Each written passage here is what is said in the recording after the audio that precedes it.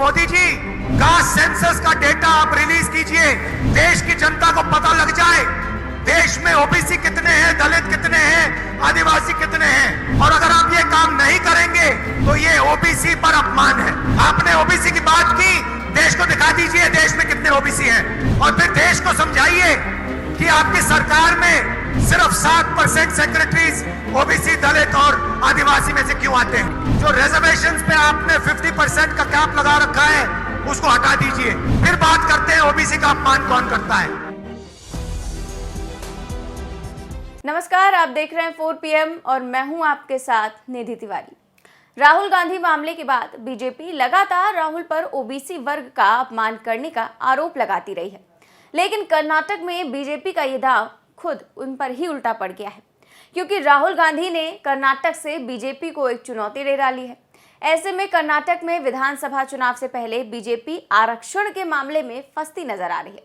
दरअसल कर्नाटक में 10 मई को विधानसभा चुनाव है, लेकिन लोकसभा चुनाव 2024 के लिए राज्य के कोलार से राहुल गांधी ने ओबीसी को लेकर बड़ा दांव खेला है।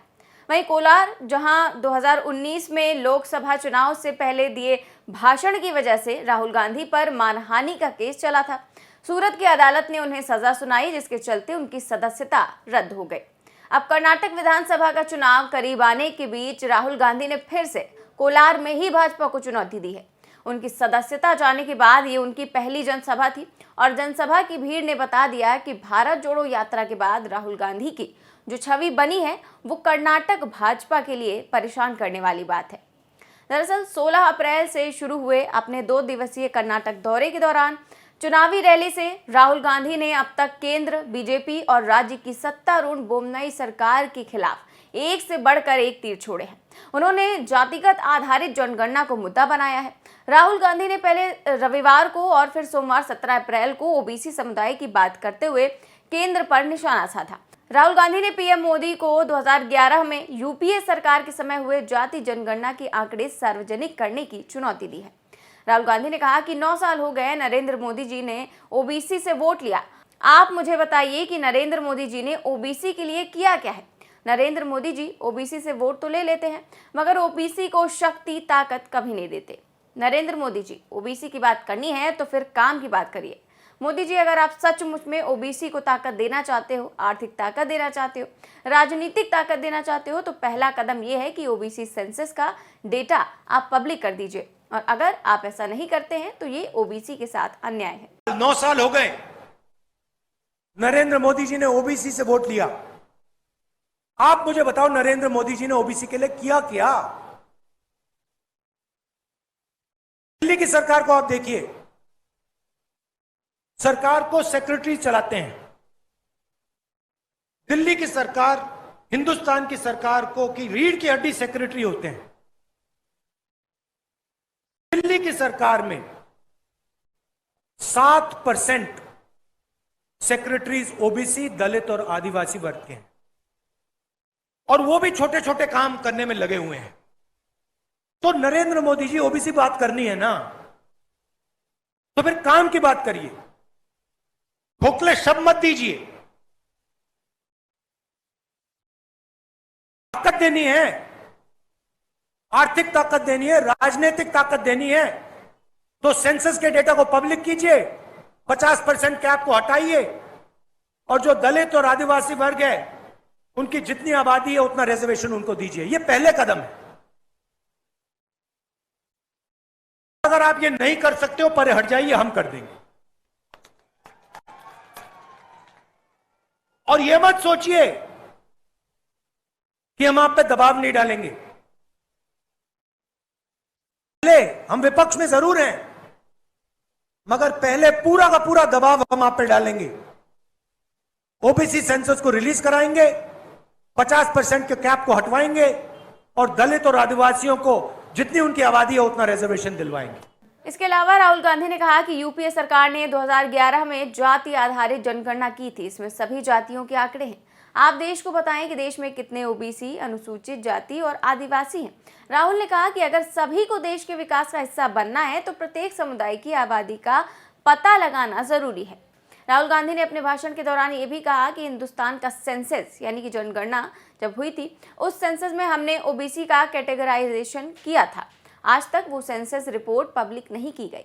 अगर हमें सबको भागीदार बनाना है तो ये तो पता होना ही चाहिए कि कितनी आबादी किसकी है। ओबीसी, अनुसूचित जाति, आदिवासियों की कितनी आबादी है, ये पहला कदम है। अगर हम इन जातियों के लोगों की संख्या के बारे में ही पता नहीं लगा पाएंगे तो सबको भागीदारी कैसे बनाएंगे। अगर हम ओबीसी को आगे बढ़ाना, उनका हक उन्हें देना चाहते हैं तो पहला कदम है कि ओबीसी सेंसस में जो डेटा है उसको प्रधानमंत्री जी रिलीज कर दें और पब्लिक कर दें। तो पहला कदम यह है, नरेंद्र मोदी जी,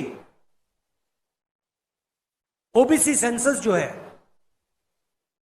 उसका डेटा आप पब्लिक कर दीजिए, देश को बता दीजिए इस देश में ओबीसी हैं कितने। दूसरा कदम, ये जो रिजर्वेशन पे 50% का कैप लगा रखा है कि देश में 50% से ज्यादा रिजर्वेशन नहीं मिल सकता,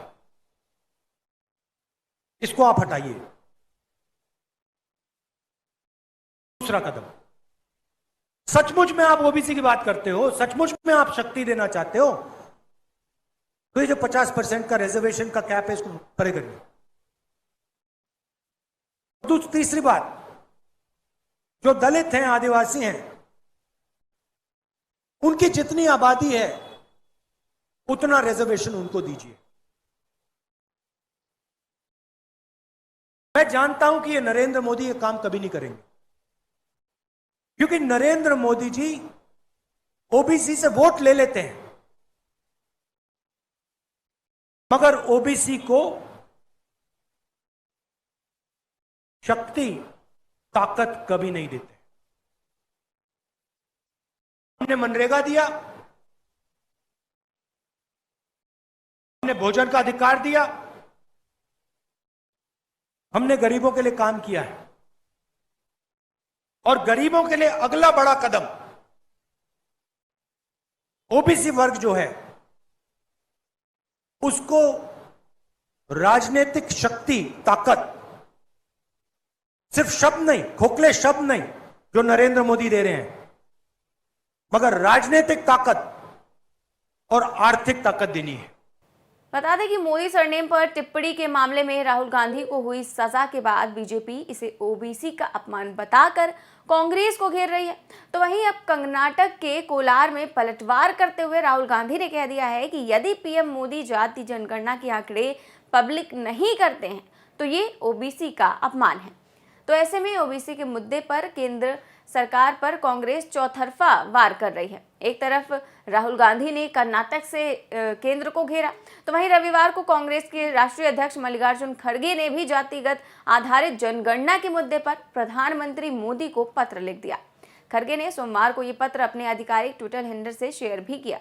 बता दें कि पिछले महीने मोदी सरनेम मानहानि मामले में दोषी ठहराए जाने के बाद राहुल गांधी की सदस्यता रद्द हो गई।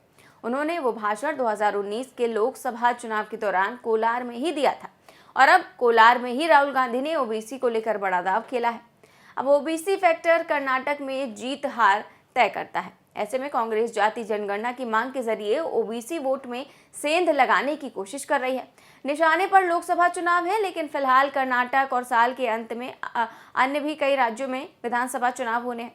ऐसे में कांग्रेस इस मुद्दे को तौल लेना चाहती है। हालांकि ओबीसी मुद्दे पर आवाज बुलंद करने पर कांग्रेस को इसका कितना राजनीतिक लाभ मिलेगा ये तो आने वाला वक्त ही बताएगा। फिलहाल इस खबर में बस इतना ही। देश और दुनिया की तमाम बड़ी खबरें जानने के लिए देखते रहिए 4PM न्यूज़ नेटवर्क। नमस्कार।